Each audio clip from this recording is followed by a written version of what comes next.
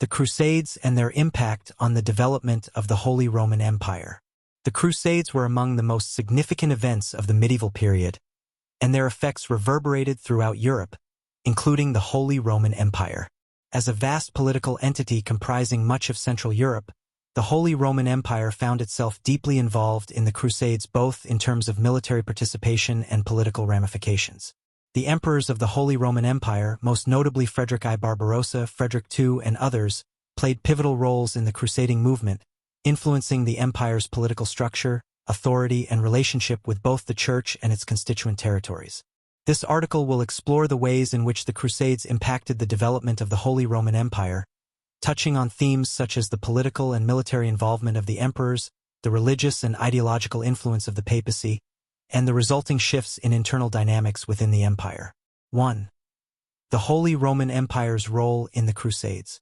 The Holy Roman Empire was one of the key Christian powers in Europe during the time of the Crusades, and its rulers saw the Crusades as both a religious obligation and a political opportunity. The emperors of the Holy Roman Empire recognized the importance of participating in the Crusades to both maintain their legitimacy as Christian rulers and to assert their influence over the papacy and other European monarchies. 1.1. Emperor Frederick I Barbarossa and the Third Crusade. The involvement of the Holy Roman Empire in the Crusades reached a prominent moment with Frederick I Barbarossa, emperor from 1155 to 1190. He was a key figure in the Third Crusade 1189 to 1192, which aimed to recapture Jerusalem from the forces of Saladin, the Sultan of Egypt and Syria. Barbarossa's participation was motivated by both religious fervor and political strategy. Frederick's decision to take part in the crusade was seen as a move to enhance the prestige of the Holy Roman Empire.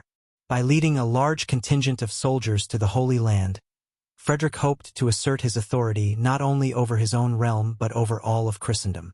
His journey, however, ended tragically when he drowned in 1190 while crossing the Salif River in Anatolia, and his death significantly weakened the Crusader effort.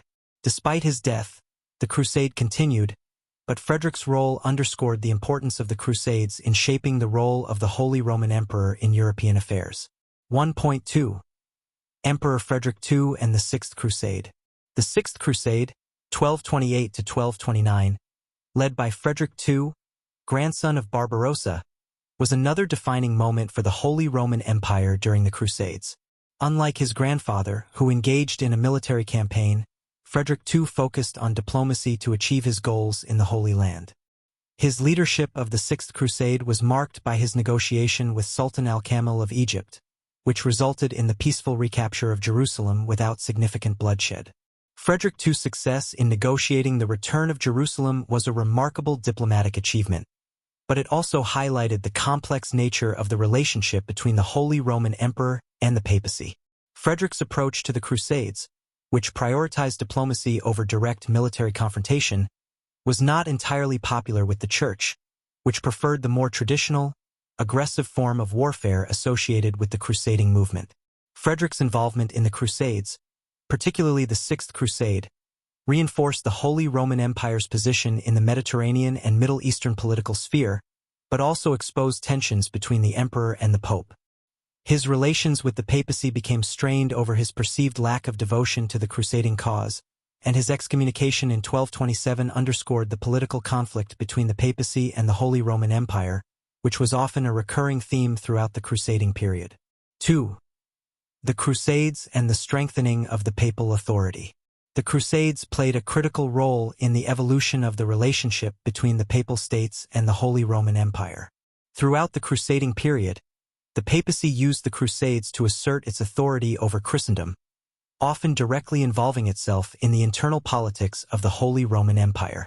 The Pope's role as the spiritual leader of the Christian world gave him significant leverage over European monarchs, including the Holy Roman Emperors. 2.1.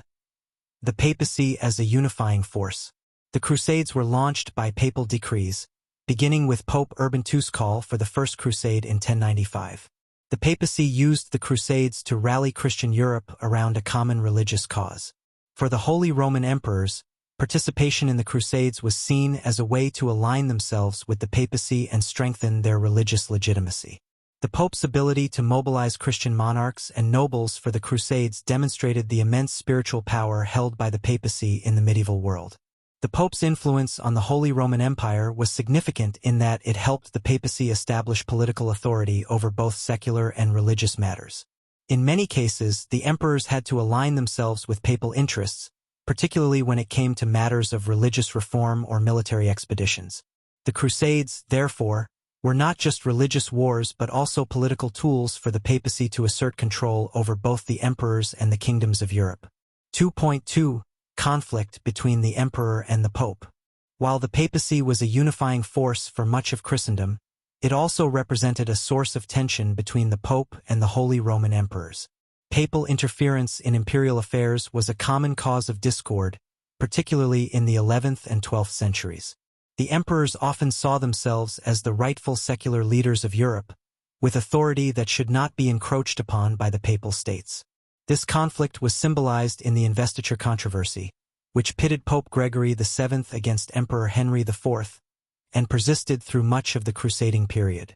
Even as the Crusades served to unite Christendom against the common foe of Islam, the political struggles between the papacy and the Holy Roman Empire were not resolved by the religious wars.